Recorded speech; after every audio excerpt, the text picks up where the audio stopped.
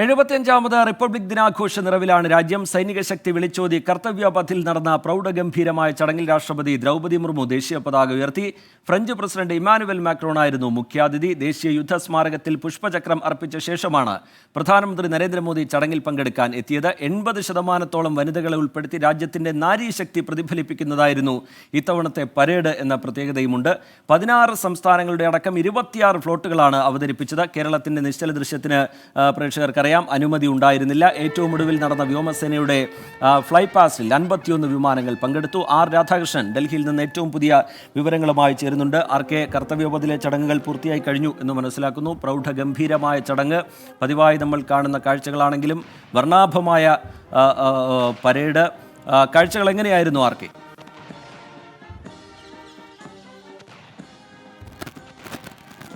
റീജിത്ത് സൂചിപ്പിച്ചതുപോലെ നമ്മൾ എല്ലാ വർഷങ്ങളിലും നമ്മളെ സംബന്ധിച്ച് റിപ്പബ്ലിക് ദിനം നൽകുന്ന സന്ദേശം വളരെ വലുതാണ്. നമ്മുടെ രാജ്യത്തിനൊപ്പം സ്വാതന്ത്ര്യം പ്രാപിച്ച പല രാജ്യങ്ങളും രാജഭരണത്തിലേക്കോ അല്ലെങ്കിൽ മറ്റേതെങ്കിലും ജനാധിപത്യമല്ലാത്ത സംവിധാനത്തിലേക്കോ പട്ടാള ഭരണത്തിലേക്കോ ഒക്കെ മാറുന്ന ഒരു സാഹചര്യത്തിലും നമ്മുടെ രാജ്യം ഇപ്പോഴും ജനാധിപത്യ സംവിധാനത്തിൽ ഉറച്ചു നിൽക്കുന്നു. അതിൻ്റെ പ്രൗഢി നമ്മൾ വിളിച്ചറിയിക്കുന്ന വിധത്തിലാണ് ഈ റിപ്പബ്ലിക് ദിന ആഘോഷങ്ങൾ സംഘടിപ്പിക്കാറ്. ഇത്തവണയും റിപ്പബ്ലിക് ദിന പരേഡ് അതിന് പറ്റുന്ന വിധത്തിൽ സംഘടിപ്പിച്ചു. ഇന്ത്യയുടെ സൈനിക കരുത്തും സാംസ്കാരിക തനിമയും വിളിച്ചോതുന്ന വിധത്തിലായിരുന്നു ഈ ചടങ്ങുകൾ എല്ലാം നടന്നത്. കർത്തവ്യപഥിൽ നടന്ന ചടങ്ങിൽ രാഷ്ട്രപതി ദേശീയ പതാക ഉയർത്തി. രാഷ്ട്രപതി ദേശീയ പതാക ഉയർത്തിയതോടുകൂടിയാണ് ഈ പരേഡ് അടക്കമുള്ളവ നടന്നത്. ഇന്നത്തെ ഈ പരേഡുകളുടെ ഏറ്റവും പ്രധാനപ്പെട്ട ശ്രദ്ധാകേന്ദ്രങ്ങൾ വനിതകളായിരുന്നു.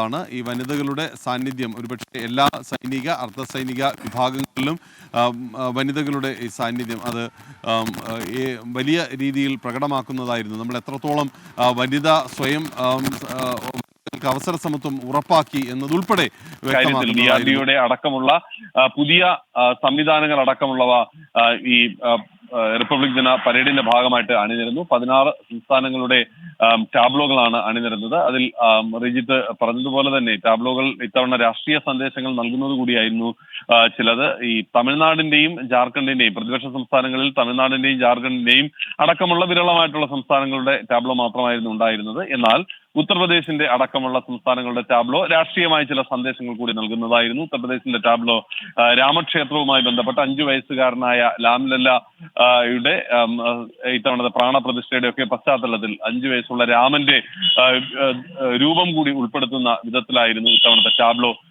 അവതരിപ്പിച്ചത്. ഈ ടാബ്ലോകൾക്ക് ഒപ്പം കേന്ദ്ര സർക്കാരിന്റെ വിവിധ വകുപ്പുകളുടെ ആഭിമുഖ്യത്തിലുള്ള അവരുടെ ടാബ്ലോകളും ഉണ്ടായിരുന്നു. അതിൽ വിദേശകാര്യ മന്ത്രാലയത്തിന്റെ ഒക്കെയുള്ള ടാബ്ലോകൾ ഏറെ ശ്രദ്ധേയമായി. ഒപ്പം രാജ്യത്തിന്റെ വിവിധ ഭാഗങ്ങളിൽ നിന്നെത്തിയ 1500ഓളം കലാകാരികന്മാർ അവതരിപ്പിച്ച നൃത്ത വിരുന്ന് ഉണ്ടായിരുന്നു. അതിനുശേഷമാണ് ഈ ഫ്ലൈ പാസ്റ്റ് ഉണ്ടായിരുന്നത്.